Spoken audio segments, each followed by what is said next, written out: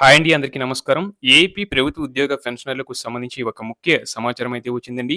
ఇక విషయంలోకి వెళ్తే రాష్ట్ర ట్రెజరీస్ అండ్ అకౌంట్స్ శాఖ మే 11, 2026 తేదీన ఒక కీలక మెమోను విడుదల చేసింది. గత కొద్ది రోజులుగా రాష్ట్ర వ్యాప్తంగా చాలా మంది పెన్షనర్లకు డీఆర్ అర్ఎస్ జమ కావడం లేదనే అంశంపై పెద్ద ఎత్తున సందేహాలు, ఆందోళనలు వ్యక్తమవుతున్నాయి. ఈ నేపథ్యంలో ఈ సమస్యలకు అసలు కారణం ఏంటి? ఎందుకు డబ్బులు ఖాతాల్లో పడటం లేదు? అనే విషయాలను మంగళగిరిలోని ట్రెజరీస్ అండ్ అకౌంట్స్ శాఖ అధికారులు స్పష్టంగా వివరించారు. ముఖ్యంగా చూసుకుంటే ఈ సమస్యల వెనుక పెద్దగా పాలసీ మార్పులు లేదా చెల్లింపులు ఆపివేయడం లాంటి అంశాలు లేవు. ఎక్కువగా ఇవన్నీ సాంకేతిక కారణాల వల్లే జరుగుతున్నాయని అధికారులు చెబుతున్నారు. మొదటగా చాలా మందికి ఎదురవుతున్న ప్రధాన సమస్య బ్యాంకు ఖాతాలకు సంబంధించింది.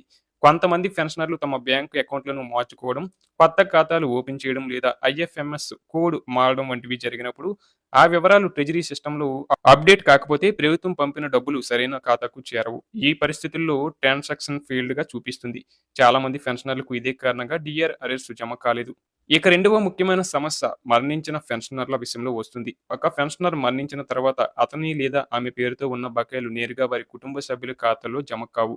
దీనికోసం వారసులు తమ లీగల్ హెర్గా నిరూపించి అవసరమైన పత్రాలను సంబంధిత సబ్ ట్రెజరీ ఆఫీస్ అధికారులకి సమర్పించాలండి. ఈ ప్రక్రియ పూర్తయ్యాక మాత్రమే ప్రభుత్వం ఆ అరియర్స్ ను అధికారికంగా చెల్లిస్తుంది. కానీ ఈ విషయంపై అవగాహన లేక చాలా మంది కుటుంబాలు అవసరమైన పత్రాలు సమర్పించకుండా ఉండటంతో వారి అరియర్స్ పెండింగ్ లోనే ఉండిపోతున్నాయి. ఇక మూడవది బెనిఫిషనరీ అకౌంట్ స్టేట్మెంట్ అనే అంశం కూడా చాలా మందికి అర్థం కాని సమస్యగా మారింది. పెన్షనర్ అకౌంట్ యాక్టివ్‌గా ఉందా? లేదా? ట్రాన్సాక్షన్ ఎందుకు ఫెయిల్ అయింది? ఎక్కడ సమస్య వచ్చింది? అనే వివరాలు సాధారణంగా డీడీఓలు మరియు జిల్లా ట్రెజరీ అధికారుల పరిధిలో మాత్రమే ఉంటాయి. ఈ సమాచారం ప్రతి పెన్షనర్‌కు నేరుగా కనిపించదు.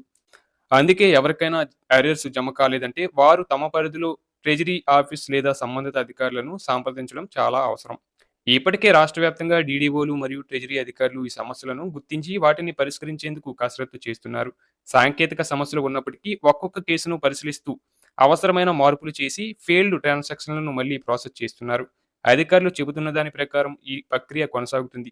మరియు త్వరలోనే ఇప్పటివరకు డీఆర్ అరెస్ట్ జమ కాని అర్హులైన పెన్షనర్ల ఖాతాల్లో డబ్బులు జమ అవుతాయి.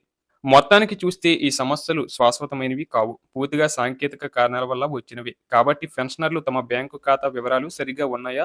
ఐఎఫ్ఎంఎస్ సమాచారం అప్డేట్ అయిందా అని చెక్ చేసుకోవాలి.